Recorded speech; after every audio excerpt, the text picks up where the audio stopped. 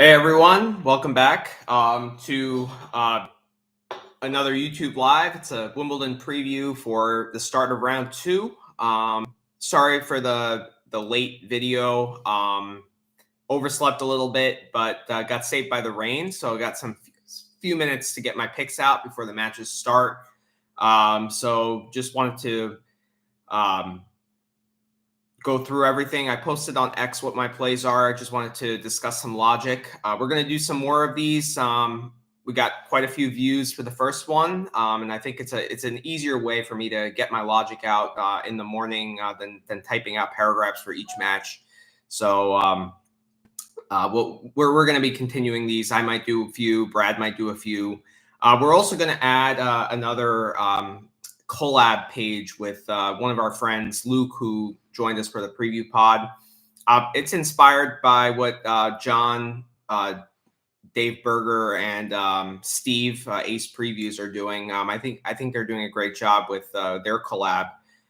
So we wanted to kind of do the same or something similar, where we post one pick per day, and we're kind of going to keep track of whose play of the day does the best, and we're going to do kind of like monthly tracking with that. So that's going to be a fun addition.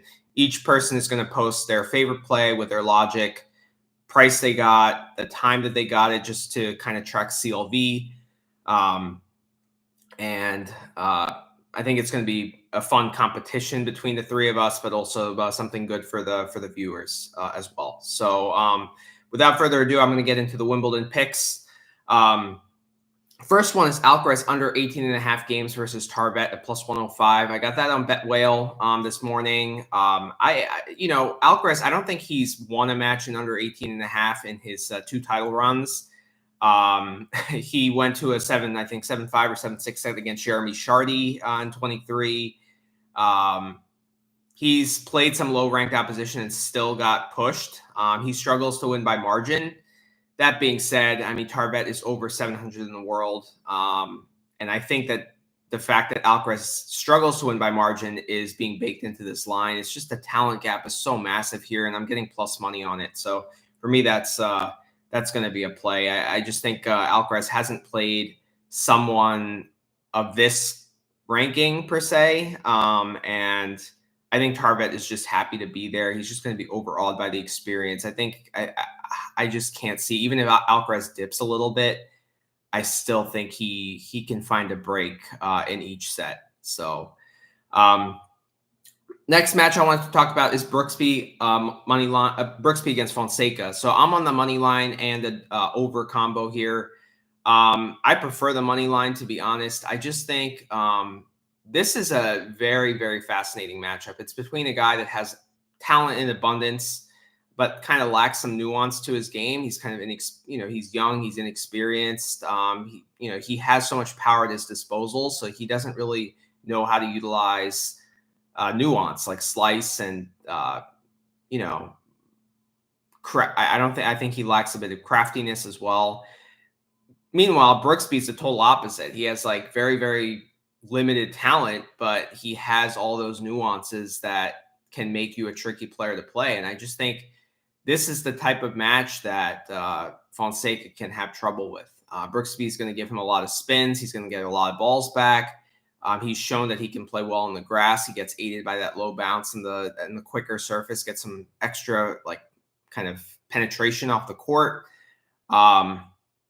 So plus 180 is a good price. I'd make that playable down to like plus 150. And I do like the over 4 sets. I'm getting plus money with the push insurance.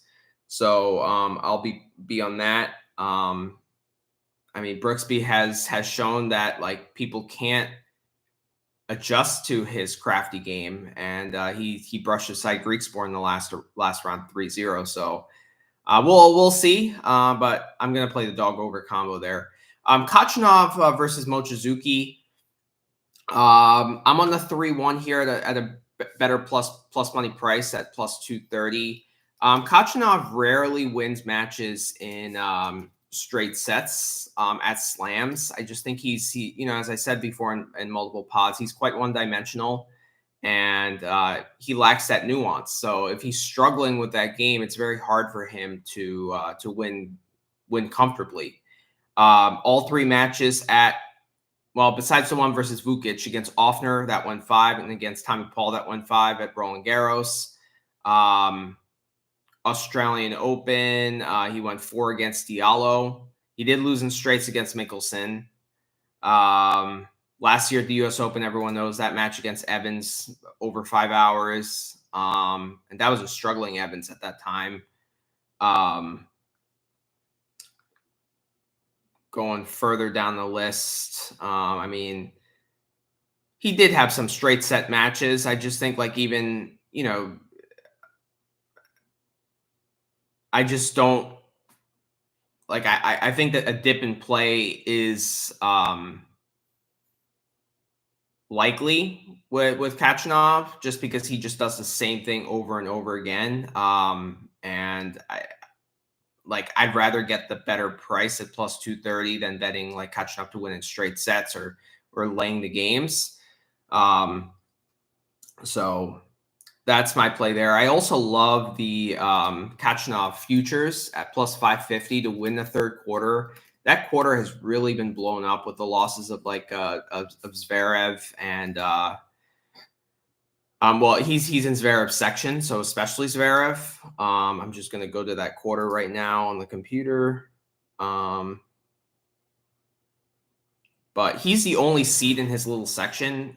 He plays Mochizuki today, but then he would play the winner of Borges and Harris. Harris is a good grass court player, but and he's live against Borges, but I think Kachanov, he's also had a decent grass court season with a deep run in Halle. So I do think he would be the significant favorite in that matchup. And then he would play one of the 4 guys. Majerok would beat Berrettini, Ethan Quinn, Garin, or Rinderknecht I think that would be the 4th round to get to the quarters. So he's the only seed in his little section. I think Rinderknecht is probably the toughest opponent in that little section, but that being said, Rinderknecht, I'm expecting a little bit of a letdown. I'm staying away from that match with Garin, but I'm expecting a little bit of a letdown given, he had to play, for 2 days, multiple hours both days, emotional match against Zverev, biggest win of his career. So I do think it's going to be tough for him to get there. He's the favorite, but I also like Kachanov's chances against Rinderknecht just because Rinderknecht is a poor returner. Kachanov has the edge from the back of the court. It's all about, can he win the big points and extend rallies. So, and I think Kachanov can do that. So I like Kachanov's chance to get to the quarters. When he gets to the quarters, there are not too many threats in that top half of that section either. The biggest one is Fritz. Obviously, he got through Mepetri Pericard in the first round in five sets. But he has arguably the toughest second round match in Diallo, where I think he's live. And then Diallo, Fritz, if he got through that, he'd have to play Fokina, who took a set off him in Eastbourne. So I think Fritz's 4th round match would be the easiest, having to play probably Benjamin Bonzi, Jordan Thompson, or Darderi or Ferry. But getting there is going to be tough. So I could see Kachanov getting to the quarters and not even having to see Fritz. So that's definitely my favorite, one of my favorite futures play now. I got plus 550. I think that number is going to diminish as Kachanov moves on in this draw. So I like that more than the 3-1 against Mochizuki. But backing Karen here for sure. Now, a match that's just about to start, Tiafoe versus Norrie. I like Tiafoe to win in 4 or 5 sets at plus 135. Brad is on this at I think he's on the minus 2.5. He's probably going to post shortly. But I think Tiafoe is the better player. I mean, he did have a really good run last year. I mean, he lost Alcaraz in the 3rd round, but he was within, I think, 6 points from winning that match. So Grass courts definitely suit his game. That low backhand kind of penetrates the court. He just has more tools at his disposal. Norrie has played well at Wimbledon. Good round one win. He played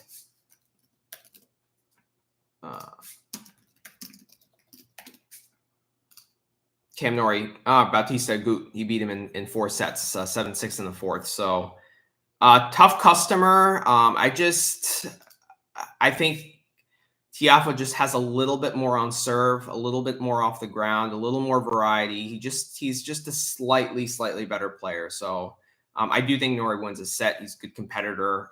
He's gonna get a dip in play at some point. It's not going to be like the Tiafoe match against Elmer Muller. So I getting plus money odds on that. I'd probably play that down to plus 120 or so. Next match I want to talk about is the Fritz Diallo match. So I'm on 3 lines here. I'm on the Fritz Diallo over 4.5 sets at plus 200. Plus 200 was just good enough for me. If it was plus 185, I tend to stay away from the over 4.5s and tend to play the over 4 with the push insurance. But I like that. I think Fritz just really struggles to win by margin. And I don't know how much separates these guys now with Diallo's rise. Fritz had to play 2 days, and that was a kind of a tough comeback coming back from 2 sets to love down. So I don't think his edge is that massive here. And I like the plus 3.5 games as well. If you want to play the money line, I think that's good. But I actually think the games are valuable here just because of Fritz's, his returning isn't that great. And Diallo does have a big serve, big forehand. So I like that. And I love Diallo to win each set at 7-6 at 100 to 1 on Bovada. I put 1/4 of a unit on it. I think it's worth a shot because I do think we're going to see some tie breaks here. So you're getting the dog to win each set in the tie break. Perricard won the first 2 sets 7-6. So maybe that's some foreshadowing going into this match, but we shall see. I mean, it's 100 to 1. So obviously I'm not expecting to cash it, but I think it's a fun little play there. FAA versus Struff, minus 1.5 sets I'm on. I tend to back FAA more so as the tournament progresses. I faded him in the first round, won 5 against Duckworth. But I just think Struff is just too erratic. FAA is quite erratic too. I just think he has just more tools in the bag at this point. Struff's movement is a problem. I feel like he needs a little bit more time on the ball. Grass probably suits him, but I'd rather put him on a grass court in like Halle or Stuttgart, where it's a little bit quicker. Yeah, I just think that Felix should be a slightly bigger favorite here. Struff has really struggled as well. The head-to-head is 3-2 in favor of FAA. But the only times Struff has won on clay and at the beginning of the year on the ATP Cup, but every time the surface has been a little bit quicker, like in Paris or the Australian Open, FAA has won pretty convincingly. And I think Struff's game has kind of declined. So I would have had the minus 1.5 sets with a more juiced number at like minus 150. So I got it at minus 110. So I think that there's some value there. Yep. So that being said, those are my favorite plays of the day. I also am on the Yari minus 1.5 sets against Lerner Tien. Yari did beat him during this grass court season pretty convincingly. He has shown a slight resurgence in form. Good win against Holger. Those, that 2 set to love comeback should give him some confidence. You get plus 120 on it. I do think Tien is going to have some trouble returning serve. And once the rallies start, Tien has better movement and rally tolerance, I'd say, but Yari has a much bigger game. And if he's confident, he should be able to hit the ball through Lerner. So that's a decent size play. So I would say that play, the Brooksby money line, the Tiafoe to win in 4 or 5. FAA -1.5 sets, and the Diallo +3.5 games. I think those are my highest confidence plays. Consulted with Brad, no GBM plays today. Nothing we truly agree on. We're kind of on the same side, but we picked different lines to attack.